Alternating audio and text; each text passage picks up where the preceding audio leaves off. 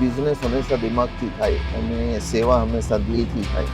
જ્યારે એવરેસ્ટ ડિગ્નિટીની વાત આવે ત્યારે અમે દિલથી કામ કરીએ છીએ, પછી દિમાગ લગાવીએ છીએ, કારણ કે એમાં પહેલાં સેવા હોય, પછી બિઝનેસ હોય. નમસ્કાર, આપ જોઈ રહ્યા છો યુટીસી ન્યૂઝ. સન્ડે સેલિબ્રિટીમાં આજે આપણી સાથે એક ખાસ શખ્સિયત જોડાઈ છે. એવરેસ્ટ ગ્રુપના મેનેજિંગ ડાયરેક્ટર ઉમેશભાઈ. ઉમેશભાઈની જો આપણે વાત કરીએ તો તેમને પાછલા 15 વર્ષમાં જે રીતે વડોદરા શહેરમાં જે પ્રોપર્ટીઝનું જે નિર્માણ કર્યું છે, જે ડેવલપમેન્ટ કર્યું છે, તે ગ્રુપ એના કામથી અને એના નામથી એક અલગ રીતે ઓળખાતું થઈ ગયું છે. આજે આપણી સાથે ઉમેશભાઈ છે ને, ઉમેશભાઈ સાથે આપણે ચર્ચા કરીશું ડેવલપમેન્ટને લઈને, ઉમેશભાઈના થોટ્સને લઈને, અને એમની જે એક એવો પ્રોજેક્ટ છે કે જેમાં જે વૃદ્ધો છે તે પણ આરામથી અહીંયા આગળ રહી શકે છે. ઉમેશભાઈ, સૌથી પહેલાં તો તમારું સ્વાગત છે. અને જેમ મેં કીધું કે વડીલો આજકાલના સમાજમાં જ્યારે એવું દેખાય છે કે લોકો પોતાના મા બાપને પણ સાથે નથી રાખતા. હવે એ કારણ કંઈ બીજું હોઈ શકે છે, નાના ઘરો છે કે પછી બીજે જોબ કરવા જતા હોય, અને એવામાં તમે એવા લોકો માટે કોઈક પ્રોજેક્ટ જ બનાવી દીધો. તો આ થોટ્સ એક ડેવલપરમાં આવ્યું કે પછી આ કોઈ જગ્યાએ તમે સાંભળ્યું કે જોયું તો ને અચાનકથી જ આ વસ્તુ આવી? બેઝિકલી એવરેસ્ટ ગ્રુપનું શરૂઆત તો 2008થી થયું. મારું એન્જિનિયરિંગ બેકગ્રાઉન્ડ સાથે માસ્ટર ડિગ્રી કર્યા પછી નોકરી બરોડામાં કરવા માટે અહીંયા સ્થાયી થયો. મૂળ અમે રાજકોટથી, અને 2008થી અહીંયા જોબ કરતો હું, અને 2010માં અમે એવરેસ્ટ તો નહીં પણ શ્રીજી વાટિકા અને શ્રીજી એવન્યુ કરીને એવી બે નાની નાની સાઇટો ચાલુ કરી. એ એક મારા ફાધરની જોડે રહી. મારા ફાધર જીતુ કાકા આજે કંપનીના ચેરપર્સન તરીકે અમે જોડે રહી ને એક નાનકડી સાઇટ ચાલુ કરી. ત્યારે એવું કોઈ વિઝન નહોતું કે આવા સિનિયર સિટીઝનના પ્રોજેક્ટ કરશું. જનરલ બધા બિલ્ડરો જે કામ કરતા હોય એ રીતના અમે એક ડેવલપર તરીકે નાનકડું એવું કામ ચાલુ કર્યું. 8 ફ્લેટ, 28 ફ્લેટ, અને પછી એક બ્રાન્ડ લેવલ ઉપર લઈને ગયા કંપનીને, અને એવરેસ્ટ ગ્રુપની પ્રોપર શરૂઆત કરી અને એવરેસ્ટ ગ્રુપની સાઇટો ચાલુ કરી. ગોત્રી, ભાયલી, આજવા, રેસ્કોસ, ઘણી બધી જગ્યાએ અમે પ્રોજેક્ટ્સ ચાલુ કર્યા. આ બધું કરતાં કરતાં લગભગ 2014 સુધીમાં અમારા 7-8-10 પ્રોજેક્ટ થઈ ગયેલા હતા. એ દરમિયાનમાં એક સમાજ સેવા કરતું એક ગ્રુપ, સામાજિક સંસ્થા ચલાવતું ગ્રુપ, અરુણાબેન લાખાણી, જે આજે આપણી વચ્ચે હયાત નથી, દિવાળી પર એમનું અવસાન થયું, એમની મારી મુલાકાત થઈ. અને એમને મને એવી પ્રેરણા આપી કે બરોડામાં વડીલો, રિટાયર્ડ લોકો, સિનિયર સિટીઝનો ખૂબ મોટા પ્રમાણમાં રહે છે, પણ એવી કોઈ ઠોસ સગવડતાઓ નથી. તો અમે તો સમાજ સેવાવાળા છીએ ને અમારી પાસે એવી કોઈ પૈસાનું ફંડ નથી ને અમે એવું કોઈ ચેરિટેબલ ટ્રસ્ટ આટલા મોટા પ્રમાણમાં ના ચલાવી શકીએ. તો તમે અમને આમાં શું હેલ્પફુલ થઈ શકો? એટલે આપણે વાત કરી કે ભાઈ અમારી પાસે એવો કોઈ અનુભવ નથી સિનિયર સિટીઝનના ઘર માટેનો, પણ તમે મને થોડું વિઝન આપો તો આપણે એના ઉપર કંઈક આગળ કાર્ય કરીએ. હવે એ લોકોનું બહુ મોટું ગ્રુપ હતું, અને આજે બરોડાના લગભગ નામાંકિત 8-10 લોકોનું એડવાઇઝરી કમિટીનું ગ્રુપ મારી જોડે આ પ્રોજેક્ટ એવરેસ્ટ ડિગ્નિટી માટે જોડાયેલું છે. જસ્ટ એક આ સમાજ સેવાનું કાર્ય છે એટલા માટે. એમને મને 10 જણા જોડે મુલાકાત કરાવડાવી, આવા બીજા પ્રોજેક્ટની માહિતી આપી, આવા બીજા પ્રોજેક્ટ જોવા લઈ ગયા અમને. અને પછી મને એક પ્રેરણા સ્ત્રોત અચાનક જ રાતોરાત કહી શકાય કે એવું જાગૃત થયો કે આપણે આવું કંઈક કરવું છે. એ પ્રેરણાથી આજે સમાજની સેવા બી થાય છે, મારો બિઝનેસ બી થાય છે. બિઝનેસની સાથે સાથે સેવા, પણ સેવાનું પ્રાધાન્ય પહેલાં, પછી બિઝનેસ, એવું એવરેસ્ટ ડિગ્નિટીમાં છે. બાકી બધા પ્રોજેક્ટ તો એઝ અ ડેવલપર અમે કોમર્શિયલી જ કરતા હોય, પણ અહીંયા સેવાની સાથે સાથે અમારો એક બિઝનેસ બી થઈ રહ્યો છે. આ સેવા કરવા માટેના જે એને મને વિઝન આપ્યા, જે મને બતાવ્યું બધું, જે પ્રોજેક્ટ્સ અમેરિકામાં, પૂનામાં, અન્ય વિસ્તારમાં, ભારતમાં બી આવા ઘણા બધા પ્રોજેક્ટ્સ બની રહ્યા હતા, એની બધી માહિતી આપી, સ્પેસિફિકેશન્સ આપ્યા. અને ફોરેનમાં તો ખૂબ મોટા પ્રમાણમાં આવા પ્રોજેક્ટ્સ છે. એ બધું જોઈ, સ્ટડી કરી, માઇક્રો લેવલ ઉપર બધું પેપર ઉપર લઈ અને આર્કિટેક્ટ જોડે નક્કી કરી અને એક જમીન લીધી અમે ભાયલી ખાતે, અને 2015માં એવરેસ્ટ ડિગ્નિટીનો પહેલો પાયો નાખ્યો. આ સમગ્ર વસ્તુનું મૂળભૂત કારણ અરુણાબેન લાખાણી, જેને મને આ વિઝન આપ્યું, આ એક સપનું આપ્યું. એમનો પ્રશ્ન એટલો જ હતો કે આવા રિટાયર્ડ લોકો, આવા સિનિયર સિટીઝન લોકો જો બરોડામાં રહેતા હોય અને એમને કોઈ સગવડતા સરકાર તરફથી ન મળતી હોય અને એકલા સેફટીના ઇસ્યુઝથી, કંપનીના ઇસ્યુઝથી, હેલ્થના ઇસ્યુઝથી જો તકલીફ પડતી હોય તો કોઈ બિલ્ડર આના માટે નથી વિચારતું અને વૃદ્ધાશ્રમમાં જવું પડે છે. તો આપણે એક એવો રસ્તો આપ્યો કે આજે વેલ ટુ ડુ ફેમિલીઝ છે, જેમના પરિવારના લોકો બધા અત્યારે બહાર છે. સામાન્ય વસ્તુ છે કે આજે બધા છોકરાઓ યંગ એજ છે, ટીનેજર્સ છે, અત્યારે બધા ફોરેનમાં જતા હોય છે અને ત્યાં સારા એટમોસ્ફિયર, સારી આવકથી બધા સેટ થઈ જાય છે અને ફરીથી આવતા નથી. તો એવા પરિવારના મા બાપને ત્યાં નથી જવું અને એમને જો સારી સગવડતા જોતી હોય તો વૃદ્ધાશ્રમ સિવાય બીજો કોઈ ઉપાય હતો નહીં. એના માટેનો એક એવરેસ્ટ ડિગ્નિટીનો પાયો નખાણો કે જેમાં વૃદ્ધાશ્રમ ના કહેવાય, પોતાનું જ ઘર કહેવાય. બધાની પાસે અત્યારે ઘર હશે, બંગલો, મકાન, નાનું મકાન, મોટું મકાન, કોઈનું વેલ ટુ ડુ હશે, કરોડો રૂપિયાનું ઘર હશે, કદાચ કોઈ પાસે નાનું મકાન હશે. એ સગવડતાની સાથે આજે અમે જે મકાન બનાવીએ છીએ એમાં અમારી પાસે 1 BHK, 2 BHK અને વધીને 3 BHK સુધીના ઘર અમે બનાવીએ છીએ. એની અંદર તમામ સગવડતા કે કોઈ એક વડીલ એકલું રહેતું હોય તો એમને શું જોઈએ, એ પરિવારને શું જોઈએ, દીકરાઓ ભલે કમાતા હોય એમની રીતે ફોરેનમાં, પણ એમને શું જોઈએ એ વસ્તુનો અમે સમાવેશ કરવાનો પ્રયત્ન કર્યો. જે ઉમેશભાઈ, તમે જે વાત કરી રહ્યા છો આ એકદમ ભાવુક વાત છે, પણ તમે તો કોર એક બિઝનેસમેન છો અને એ બિઝનેસમેન પણ જ્યારે એના બિઝનેસને ગ્રો કરતો હોય, એના શરૂઆતી 10 વર્ષ એ ખૂબ જ મહત્ત્વના હોય છે. એ સમયમાં તમારી પાસે અલગ અલગ પ્રોજેક્ટ શરૂ કરવાના પ્લાનિંગ હતા અને એમાં એક સમાજ સેવા. લોકો કહે છે કે બિઝનેસ એ દિમાગથી કરવાનું હોય, દિલથી નહીં, પરંતુ તમે પછી આ ભાવુકતામાં કેવી રીતે આવી ગયા? બિઝનેસ હંમેશા દિમાગથી થાય અને સેવા હંમેશા દિલથી થાય. અમે દિલ અને દિમાગ બંને વાપરીને કામ કરીએ છીએ. મારા ઘણા બધા પ્રોજેક્ટ્સ અત્યારે ચાલે છે. Everest Onyx, Orbit 99, Everest Pentagon, Everest Unity, Everest Trinity, ઘણા બધા. અને આ બધા પ્રોજેક્ટ્સમાં અમારા દિમાગથી કામ થાય છે અને અમે બિઝનેસ કરીએ છીએ. જ્યારે એવરેસ્ટ ડિગ્નિટીની વાત આવે છે ત્યારે અમે દિલથી કામ કરીએ છીએ, પછી દિમાગ લગાવીએ છીએ, કારણ કે એમાં પહેલાં સેવા હોય, પછી બિઝનેસ હોય. તો ડિગ્નિટીનું સપનું જ્યારે 2015માં પહેલું સ્થાપિત થયું અને એ પ્રોજેક્ટ અમે 2018માં પૂરો કર્યો, ત્યારે આપણે રાજમાતાને બી બોલાવેલા, શુભાંગીની દેવી ગાયકવાડે પોઝિશન સેરેમની કરેલી અને સમાજને ખબર પડી કે આ તો એવરેસ્ટ કરીને જે બિલ્ડર ગ્રુપ છે એમને બહુ સારું એક સપનું સાકાર કર્યું છે. ત્યાં સુધી પબ્લિકને, કોઈ સામાન્ય નાગરિકને બી નથી ખબર કે આ એવરેસ્ટ ડિગ્નિટી શું બની રહ્યું છે. અને ત્યાં સુધી અમારે બી બહુ તનતોડ મહેનત કરવી પડી કે લોકોને સમજાવવા માટે કે આ વૃદ્ધાશ્રમ નથી, આ કોઈ સામાન્ય અપાર્ટમેન્ટ કે બિલ્ડિંગ નથી, અહીંયા તમારી બધી જરૂરિયાતો સંતોષાય છે એવું ઘર છે. અને એની અંદર અમે બધી જાતની સગવડતાઓ જે આપેલી હતી એને લાઈવ કરી.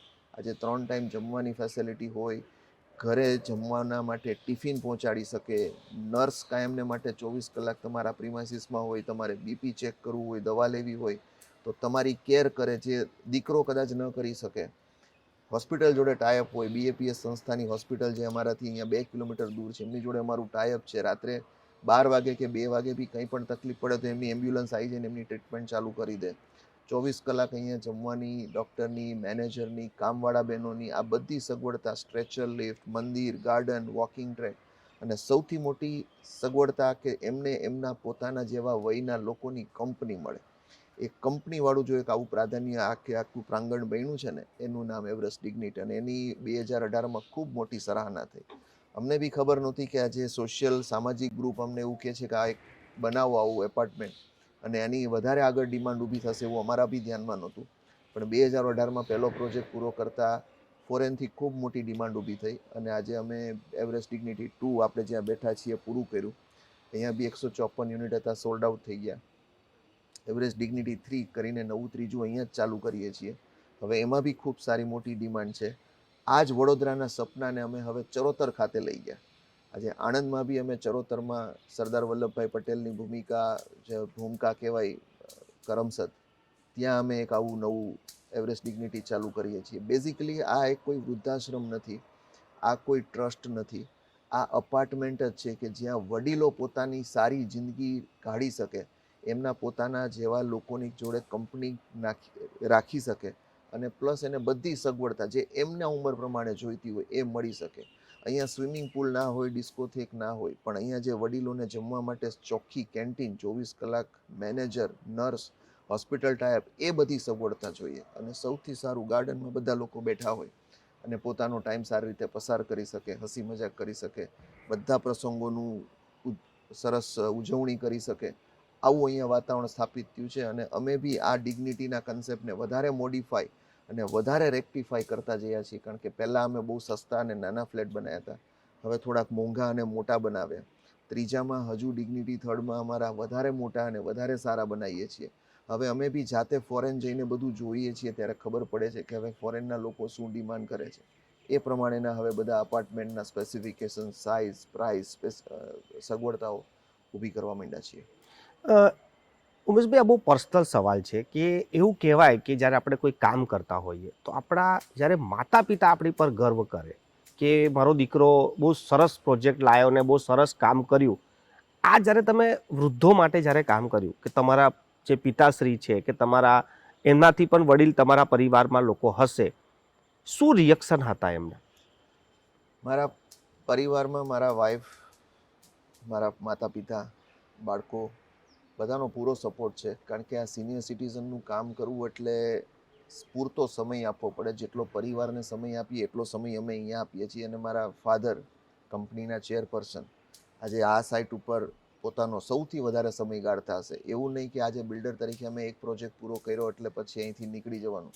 આજે મારો પોતાનો બી ડિગ્નિટી વનની અંદર એક નાનો ફ્લેટ રાખેલો છે કે આજે આટલું સરસ સપનું આપણે જો સમાજ માટે, અન્ય વ્યક્તિ માટે કરતા હોય તો આપણા માટે કેમ નહીં.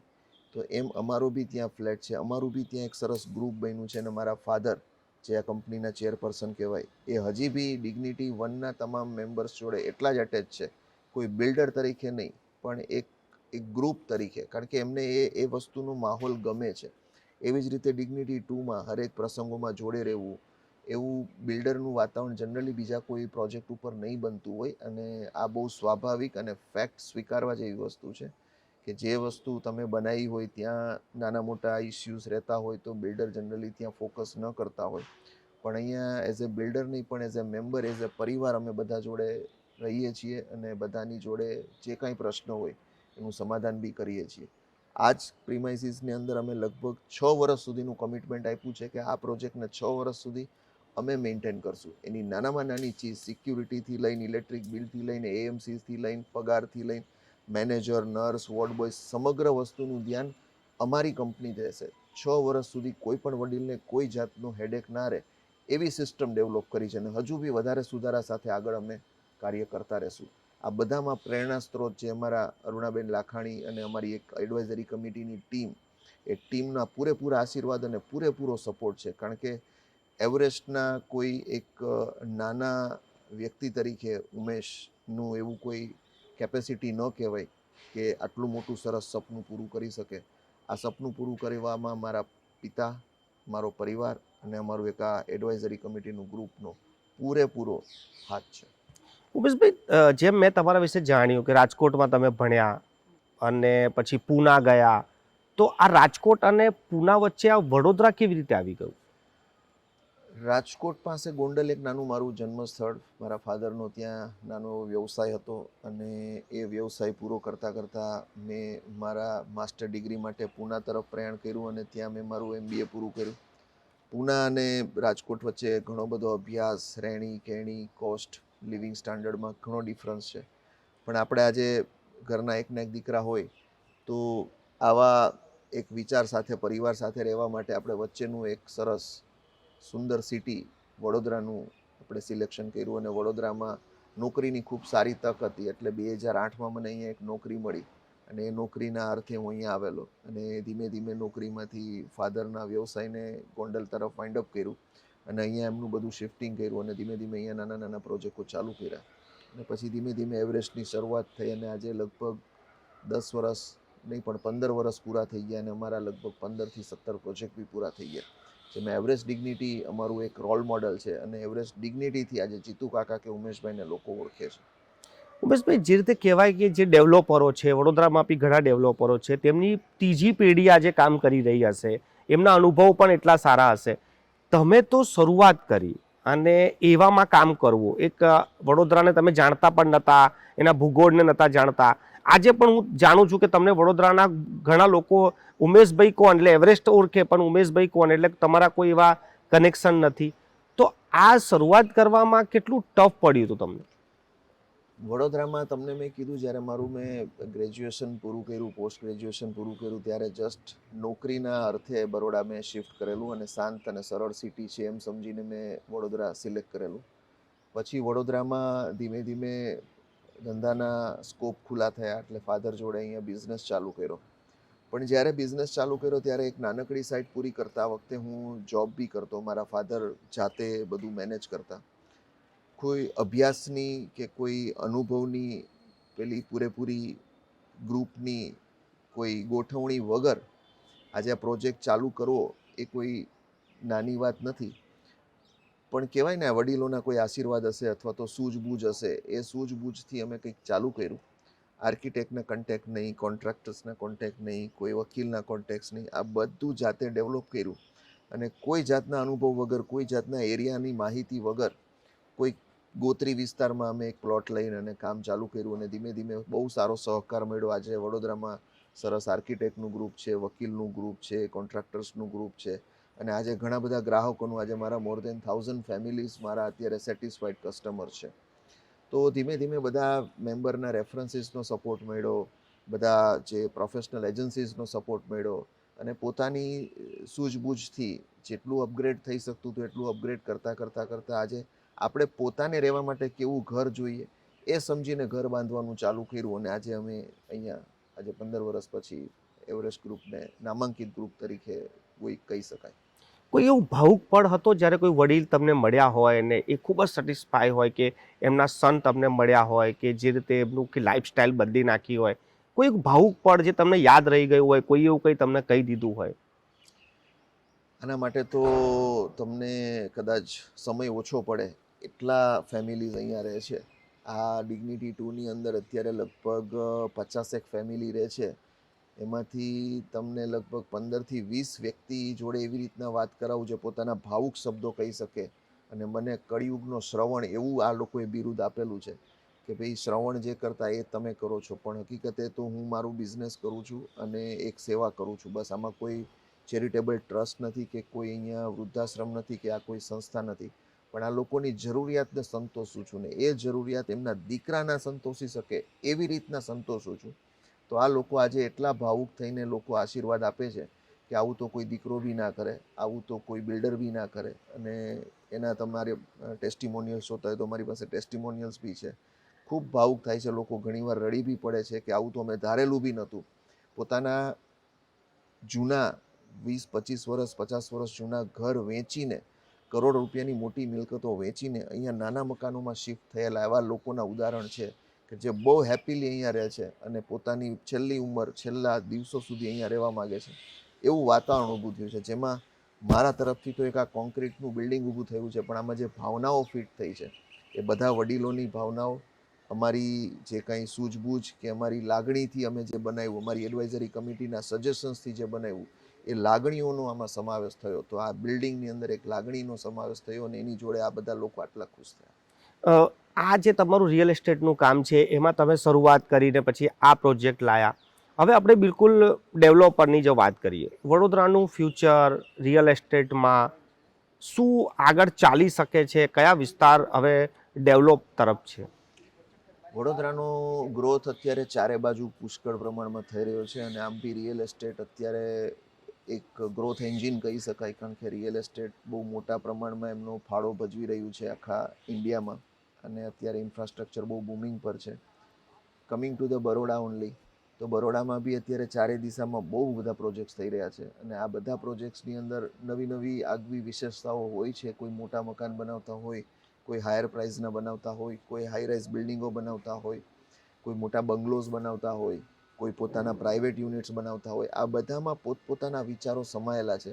આની અંદર જો કોઈ એક એવું યુનિયન, એવું કોઈ ગ્રુપને ટાર્ગેટ કરીને બનાવવામાં આવે તો હજુ બી બરોડામાં ઘણો બધો વિકાસ થઈ શકે એવો છે અને ઘણો બધો સ્કોપ છે કે જે વ્યક્તિની અત્યારે જરૂરિયાત સંતોષાય એવું કંઈક વસ્તુ બને તો સમાજનું બી કામ થાય, એ ગ્રુપનું બી કામ થાય અને વિકાસને બી આગળ રોલ મોડલ તરીકે આગળ વધારી શકીએ. જેમ અમે ડિગ્નિટી બનાવ્યું પહેલું, ત્યારે અમને ખબર નહોતી કે અમે 150 પરિવારને આપીને મકાન આ એવરેસ્ટ ડિગ્નિટી પૂરું કરી દેશું.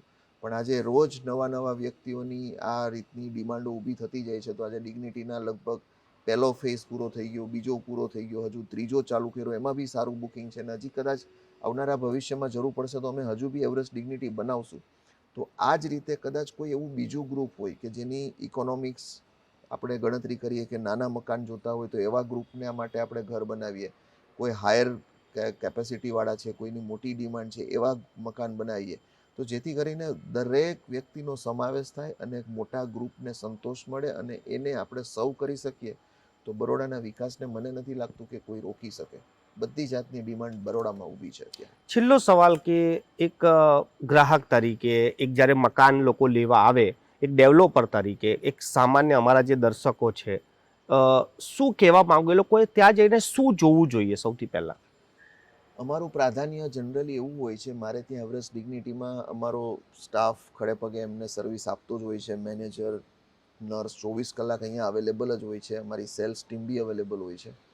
પણ અહીંયા આ સ્કીમ માટે જનરલી અમે એવું કહીએ છીએ કે તમે અમારું બિલ્ડિંગ જોવા ના આવો, અમારે ત્યાં એમેનિટીઝ બનેલી છે જોવા આવો.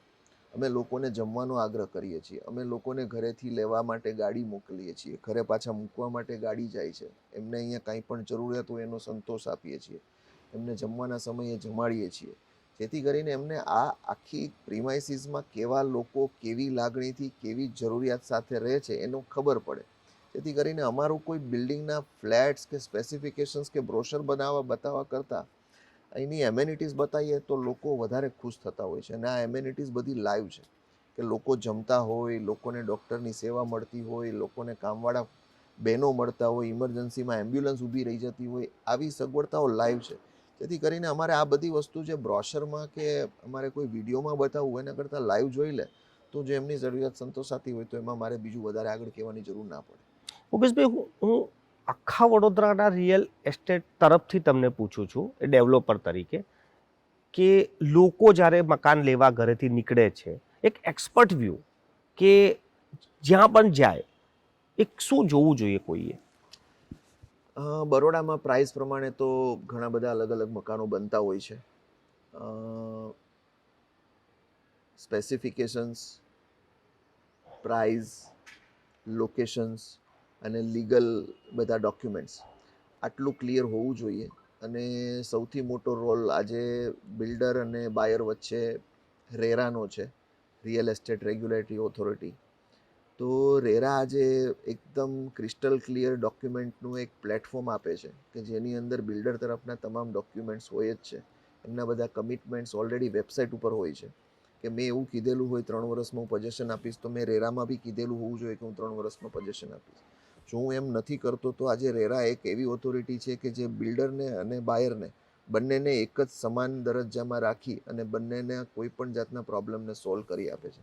રેરાનો ખૂબ મોટો ફાળો છે અને જેથી કરીને ઘણી બધી પારદર્શકતા બી આવેલી છે.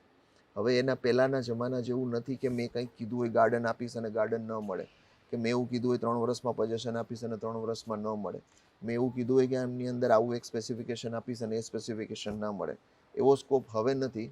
એટલે રેરાનો ખૂબ મોટો ફાળો છે અને તમામ વસ્તુનું પહેલા જ દિવસથી રેરાના વેબસાઇટ્સ ઉપર અમારે લખવું જ પડતું હોય છે. અને એને ધ્યાનમાં રાખી અને લગભગ બરોડાના જેટલા બિલ્ડરો છે એમાંથી આવો તો કિસ્સો ક્યારેક જ ભાગ્ય મળતો હોય કે કોઈએ રેરાના અગેન્સ્ટમાં કામ કરેલું હોય. બાકી લગભગ બધી વસ્તુનું જે રેરામાં વેબસાઇટમાં સમાવેશ કરેલો હોય એ જ ગ્રાહકને મળતું હોય છે અને એ પ્રમાણે ગ્રાહક માંગી બી શકે છે. ખૂબ ખૂબ આભાર અમારી સાથે ચર્ચા કરવા માટે. અને આ સન્ડે સેલિબ્રિટીમાં આજે ઉમેશભાઈ સાથે આપણે ચર્ચા કરી રહ્યા હતા. ડેવલપિંગ ક્ષેત્રમાં પાછલા 15 વર્ષમાં ઘણા બધા ડેવલપિંગના કામ કર્યા છે, પરંતુ એમાં જે તેમને એક એવી સાઇટ બનાવી છે જેમાં વૃદ્ધો રહી શકે અને પોતાના ઘર જેવો માહોલ જ તેઓ અહીં આગળ જીવી શકે, તેના વિશે પણ ઘણી વાતચીત કરી છે. ઉમેશભાઈ જે રીતે એમને જણાવ્યું કે કોઈ દિલથી કામ કરે છે ને કોઈ દિમાગથી કામ કરે છે, પરંતુ ઉમેશભાઈ દિલ અને દિમાગ બંનેને સાથે રાખીને જે આ રીતે કામ કરી રહ્યા છે ને જે તેમની વાતો તમે સાંભળી, આ જે ચર્ચા છે તેને લઈને આપ શું વિચારો છો અમને કોમેન્ટ બોક્સમાં કોમેન્ટ જરૂરથી કરશો. અને જ્યારે પણ તમારે આ સાઇટની વિઝિટ લેવી હોય તો નીચે લખેલા નંબર પર આપ કોન્ટેક્ટ કરી શકો છો અને આ સાઇટ પર આવીને વિઝિટ કરી શકો છો.